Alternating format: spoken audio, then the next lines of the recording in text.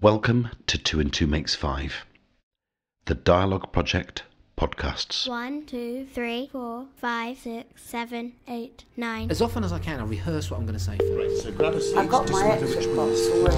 Okay. Hello. 10. Spontaneous. So, how we start this is by you saying your name Over and over and over and over and then again. counting to 10. I don't go, extreme with anyone, no. Yeah. But they just feel that I care. Yeah. That's all it is. Because I do. I don't regret it. Should I say my name first? Yes, please. Okay. 1. You go to space, you look at the Earth and you cry. If we didn't ask questions, then we wouldn't go on. To change your personal options, Listen to me. 10, 9, 8, 7, 6, 5, 4, 3, 2. I find I'm saying things that I feel are quite magical, really. It was a very beautiful thing because he let me wash his hair. 1. My name's Karl James, and in these strange and strained times, it's really hard to know sometimes what kind of a conversation to have. As a white, middle-aged, middle-class man, what's my role in a conversation about Black Lives Matter? Why does it even matter what I think about the issues that have sprung up around it? Well, it matters to me because I'm not sure what I think. And when I'm not sure what I think, I know it's important to listen. So maybe this is also the kind of time when we should sometimes just say yes when the prospect of a conversation comes up that we weren't expecting or planning to have. And that's what happened to me this week when I spoke to Patricia. Patricia's spent the best part of 25 years or so working in the very profit-motivated world of finance. She was an investment banker and an investor relations specialist. These days, she's a responsible investment advisor, an impact investor, and a philanthropist. Her focus now is on diversifying access to funding for Black and ethnic minority-led businesses and organisations. She speaks 5 languages and she wants to change society. And as I discovered when I spoke to her, she cares passionately about listening and listening well. As someone who listens for a living and at a personal level, I have had to challenge myself recently on what it really means to listen. So that's where I began our conversation. In the next 30 minutes or so, Patricia and I talk about listening as a survival skill. We talk about being an ally. We talk about paying attention. We talk about the difference between equality and equity. And Patricia has a great story about what happened recently when a Black Lives Matter protester was given the stage at a Make America Great Again rally. If that sounds like it might be interesting to you, here it is. What you're about to listen to is an edit created by the Dialogue Project, with the full permission of everyone involved in the conversation. If you can hear my voice clearly, the volume will be about right for you. Thank you for listening. Why is it so important to listen well now? That's the question I want to get to, really. But in order to get to that, I'd love to know from you what you think great listening is, and where have you experienced it? How do you practice it? How important is listening for you in your life, in your working life, in your regular life? So, listening, the importance of listening has been something that's run through most of my life, actually. And it is both on a personal level, but as well as a professional level. My experience in general has been, because I've always been an outsider in many ways where I've landed, from when I was born to where I am now. I'm quite an outsider. And as an outsider, I've had to actively listen in order to understand what the mainstream are thinking and feeling and doing. And I've also had the pleasure and privilege of knowing people as an outsider, being brought in to the conversation, brought in to the discussions, because of great listeners in those spaces who realized how important that was. So it, as the question, the way you put it, means a lot to me, because it is a lot about my listening, but also being heard by others who really want to encourage, listening and being able to ensure that the other, in whatever guise that comes to the fore, has their voice heard as well. Yeah. What happens for you when you're heard? It validates what your lived experience is. I mean, I think a huge amount of a lot of the noise and the anger and the reverberations going on now, on many fronts, and not just with what we see with Black Lives Matter, but I say it could go all the way back to the intense Brexit debates, is that people have felt not heard, and therefore their experience of the world is not acknowledged and recognized. And that is something that undermines you as an individual, undermines you at your place in society generally.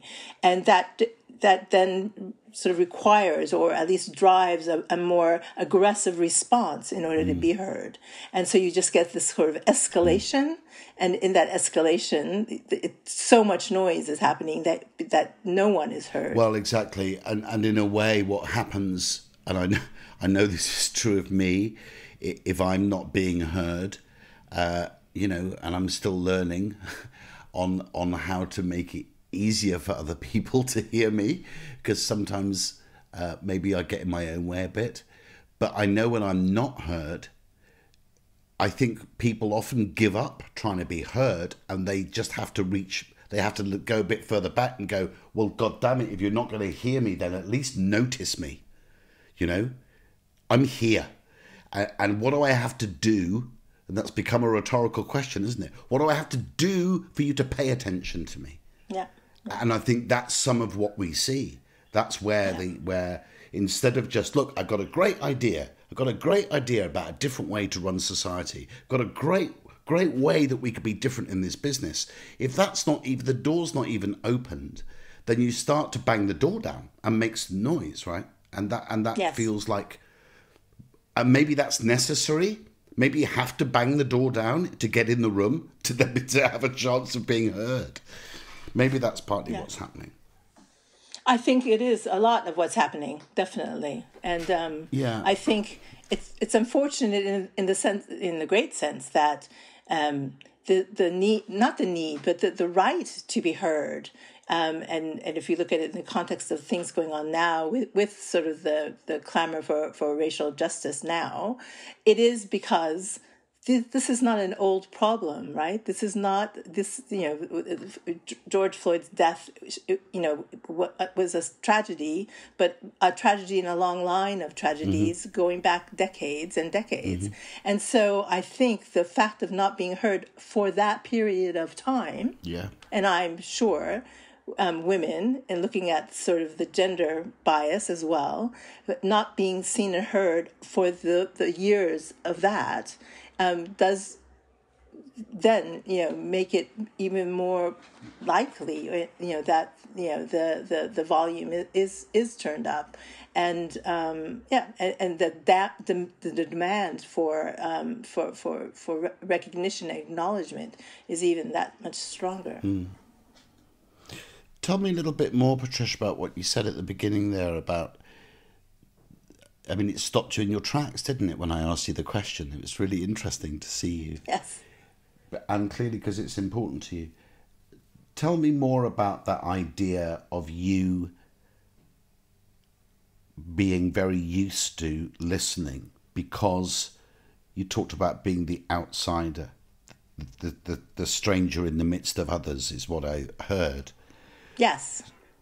What kind of listening did you learn to do? What does listening mean? What did you learn to do? So listening became pretty much a important survival skill, actually, to be attuned to your environment, to understand what people say, but underneath what they say, what they actually mean. You learn when you are an outsider and in a mix of closed communities or groups that are quite aligned with each other, to survive, not even just to survive, but to thrive, to succeed. And I pride myself on being someone who is successful, but in order for that to happen, you have to just be so attuned, and that is about listening. It is about really getting to the underneath of what's being said and understanding what's motivating people by what they say, really understanding the other person's perspective so that your reaction isn't really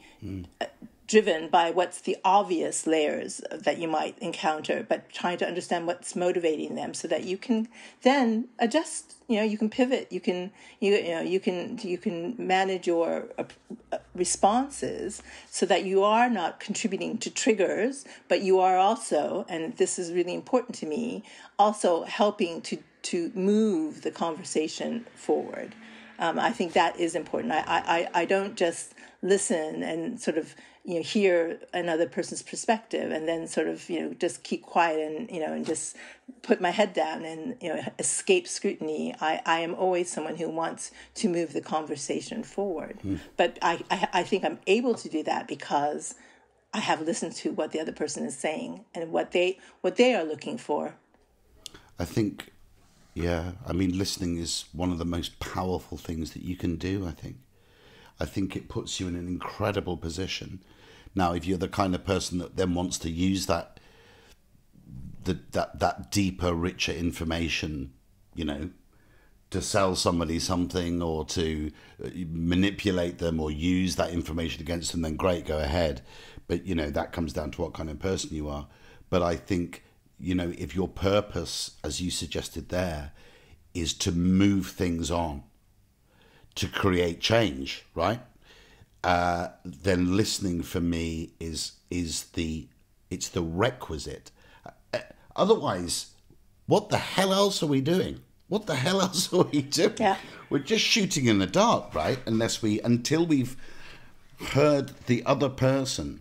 But of course, what's interesting, and here's maybe as we're kind of zooming in now to become more pertinent to the moment in time. Listening to somebody who you generally feel a kinship with, listening to somebody who you pretty much know wants the same thing as you, that's one thing. Listening to someone whose views, for whatever reason, are incredibly different to yours, listening to someone whose life experience is incredibly different to yours, and maybe you profoundly disagree with them. What does it require of us then? That's also a very powerful question, Karl. It requires a huge amount of self-knowledge, I think humility, a lot of humility, and an openness to, again, really wanting to move the dialogue, the conversation on. You mentioned, yes, you might just be a company that just wants to use listening to help sell more things or, encourage people to buy. But even in that scenario, even if your motives are not, pure and, socially good or whatever that is, if I was a company who was really interested in understanding the customer, so I will sell them more things, I will be designing products and services that are going to meet their needs in the right way. Sure. That listening is a positive aspect of the relationship in that instance. So I would not say that even so base motivations are not necessarily contrary to what we're trying to achieve here. Because anything that improves the support that's given to the others, away from yourself to the others, is going to be a positive, I think. Yeah. Surely it's a positive when companies can produce ballet shoes, bandages, makeup, hair care products that are appropriate for all of their consumers, that are designed to be race conscious, so that we are all represented in the marketplace. That's a benefit to both sides of any transaction. Yeah. And in the context of now, in the context of diversity and inclusion and this word equity, where clearly, for whatever reason, and absolutely George Floyd is just, sadly, he's not even the most recent black guy now to be killed by the police, is he, in the States?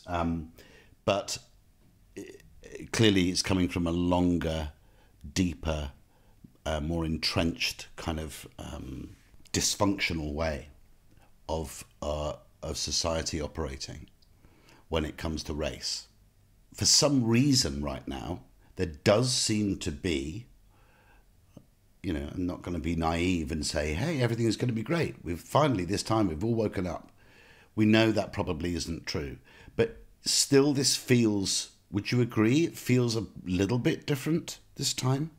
I feel it's a little bit different. Okay. I am still cautious about whether it is a real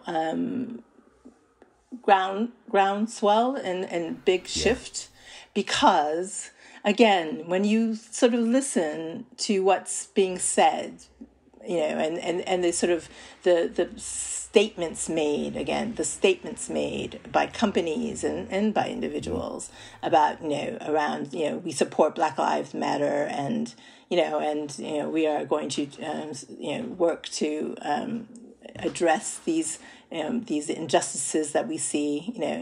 I think the response in just confronting it with that sort of statement, when we listen, when I listen, and many of my friends from my community listen to that, we kind of have to ask ourselves, again, going back to what I said about George Floyd, these injustices are not new. These inequities, the discrimination, the minor aggressions that people face have been evident and talked upon and asked about for many, many, many years. And to kind of come to some epiphany now because of whatever confluence of social media, photographs, and whatever, just seems to be quite just, I'm not gonna say ingenuous, because I know people, it does matter to people, I absolutely get that, but I think it's just that awareness. I go back to what I said about listening, why it's important. It is about that self-awareness. And so when I get drawn into conversations with people and they want to be allies, and they're going to be great allies, I just, the first question I would ask, and hope that they can understand and listen to the question and respond, and I will listen to their answer, is the reality is to admit that I have not been an ally up until this point. To be able to admit that and say, I have not been, I've seen it happen, I know it's been happening, and I have not been an ally up until this point.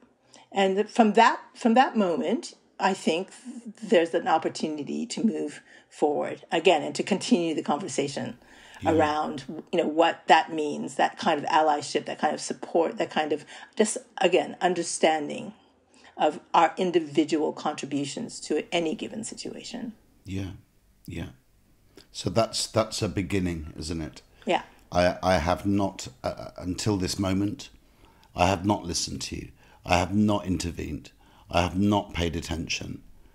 There's a Radiohead song. I'm a big Radiohead fan. There's a great Radiohead song, which just is, the repeating refrain is, you have not been paying attention, paying attention, paying attention. And that is resonating with me big time at the moment. Yeah. So if we haven't been paying attention, what is it that the institutions that are dominated by white power, what is it that they need to do more of in terms of listening? You know, I've always been very struck by talk about shifts.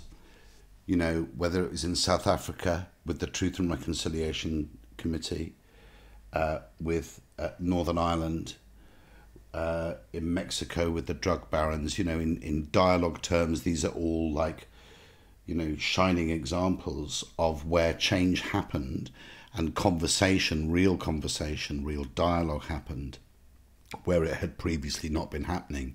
And the first thing that had to happen was people got heard. People who had not been listening started to listen. And it feels to me like that's just the first thing. So I guess with businesses and business leaders, maybe they need to listen in a different way. Maybe they need to listen more. Maybe they need to listen better. These words sound really whimsical, though. I don't know that I would say that they're whimsical in the sense, you know, having been a corporate person for too many years to mention, I know that leaders go through the effort to take the temperature of their employees and their customers. You know, there is a big infrastructure built around that, right? I guess the question is, what is that infrastructure? How is it being used? And can you use that infrastructure to actually facilitate the kind of listening that we are talking about here? And I think that you know, that is in a way a no-brainer. You know, if companies are serious about it. And, you know, I think the effort to actually, I think there was a bit of a storm. I hope you don't mind. I'm just going to mention a company just because I happen to know the person who runs their global diversity. But Adidas, you know, made an important major statement, you know, it's sort of in aligned with a similar statement from Nike about, you know, Black Lives Matter and racial justice, a big, you know, commitment, you know, given also the sector they're in terms of the sports and you know, and their clientele, you know, it was an important statement. But almost immediately, their employees, their Black and ethnic minority employees, came back and said, excuse me, that's all well and good, but you are not practicing what you preach in-house. Right, and I just think any company, and you know, and again, I you know, I'm not casting aspersions on Adidas. I think that they, you know, have things to learn, as any company has things to learn.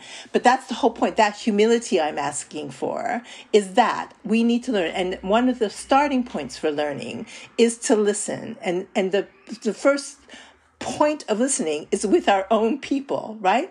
So even if you have only 3 Black employees or 5 Latino employees, right? Or, you know, 6 Bangladeshi or, you know, Indian employees, right? You know, make the effort to really hear what they have to say of their experiences and make it not difficult for them to share that with you. And then again, your customers, you should know who your customers are. And, you know, and again, just even monitoring, you know, where you're getting your business from is going to be a first step on the road to kind of establishing dialogue and contact. And I just think companies are just, you know, afraid of even going down the road because, you know, they don't know where it may end. But I think if they don't take that step down the road, we're not going to get very far. You cannot fix this with a top-down. Yeah. What are they afraid of, though? I think it's very difficult to embrace what we are calling from my community, the concept of equity, as opposed to equality. Equality is the comfort zone of everybody. We are all equal. That's what we believe. We're all equal. You know, everybody can get, you know, every opportunity, right? Equal opportunity. Everybody can get every opportunity to move and succeed, etc. That is the comfort zone of where most people would like to stay. But the reality is that without equity, which is the extra oomph, support, you know, boost that is necessary for those people who have suffered generations of inequity, so they are already at a disadvantage. giving them an equal opportunity from a point of disadvantage will not get them ahead. They will not level the playing field in any way. And I think that's the discomfort, because people feel if I give some special, benefit to this group of these people, I'm disadvantaging. And I think that's the changing the mindset around it's an either or proposition. Mm-hmm. It's not necessarily to look at that. It should be the concept of you are, again, creating the level playing field. And that does require extra investment. But once you have that level playing field, then you have a society that is working in the right way for everybody. What I think is really interesting about what you've just said there is this point of around equity. That actually, if I, as an individual, have equity in the success of a business, that's so different to equality, because equality is, okay, I'm getting paid the same as this woman over here or this guy over here. Great. So when we go home, we've got the same amount of money in our wallet. Great. I'm still going home to where I live, and you're still going home to where you live, with all the environment that may involve. If I have equity, now I can change this place. Now my rewards for my hard work and my investment in this business are tangible for me beyond the moment of my paycheck. This is a place where I can succeed. This is a place where I can grow. This is a business I can influence. Damn it, this is a business I can leave with power. And that for me feels like that's what's making people uncomfortable as well, because we are empowering. This idea is, it's not just about giving people permission to act, it's genuine empowerment, isn't it?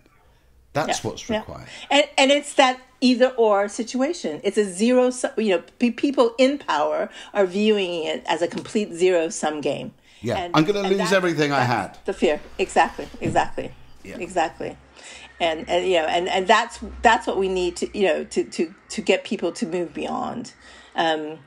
When Serena Williams' husband basically resigned his great position and said, "My successor should be a black person, a person of color," that is a rare, the rarest example of someone not seeing it as a zero-sum game, but realizing that that privilege is a very precious, but again, ultimately damaging situation. And again, I think that I will look at that across the board, right? Across all of the areas of social imbalances, social injustices that we see, that would be true, not just about race. Sure.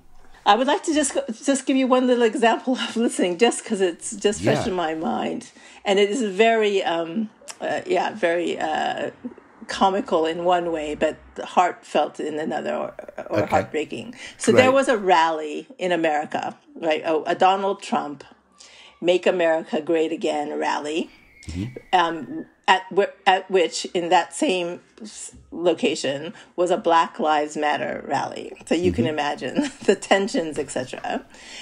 And so when the Black Lives Matter, one of the key spokespersons of that group, sort of came forward to the "Make America Great" stage or whatever, and sort of says, we're not saying it's you against us or us against that, you. That's not what we're saying. When we say Black Lives Matter, we are just saying that we are, grieving for the fact that you don't see that Black Lives Matter. That's what we're trying to get you to understand.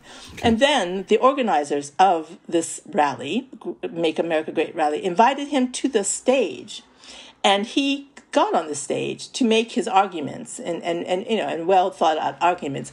And the audience, while not we were still responding with their MAGA comments, but we're also pausing and listening to many of the things he was saying. Wow. So while he may not have changed 100 minds, I think it looked very obvious that he had planted seeds of thought in these people's minds. Also because he was willing to engage, right? He was willing to engage with them and not just, hurl things. He presented his arguments, making a case, that they could not, really necessarily question, except for they didn't agree with it, but could allow him to say his piece.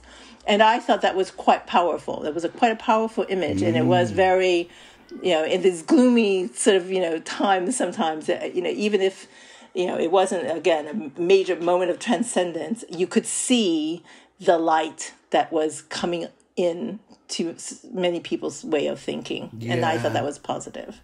It's a great story. It'll never get on the news because it's not dramatic enough.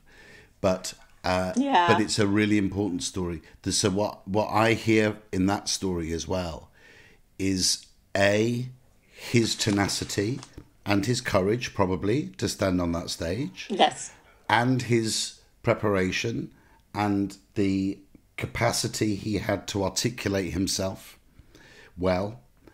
And on the other hand, the capacity and, let's say, the generosity of the MAGA crew letting him be on that stage.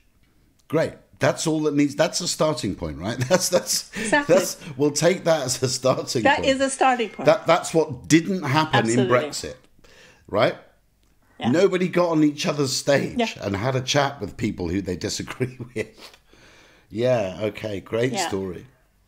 Well, listen, that feels like we've done one nice kind of turn of the wheel there, Patricia. I would be really happy to stop there for now, if that's okay with you. Okay, no worries. Really, really enjoy hearing your perspective on that. Yeah. Great, okay. Excellent. Thank you so much. I'll send you this file and you let me know if you need anything else. I will, Patricia.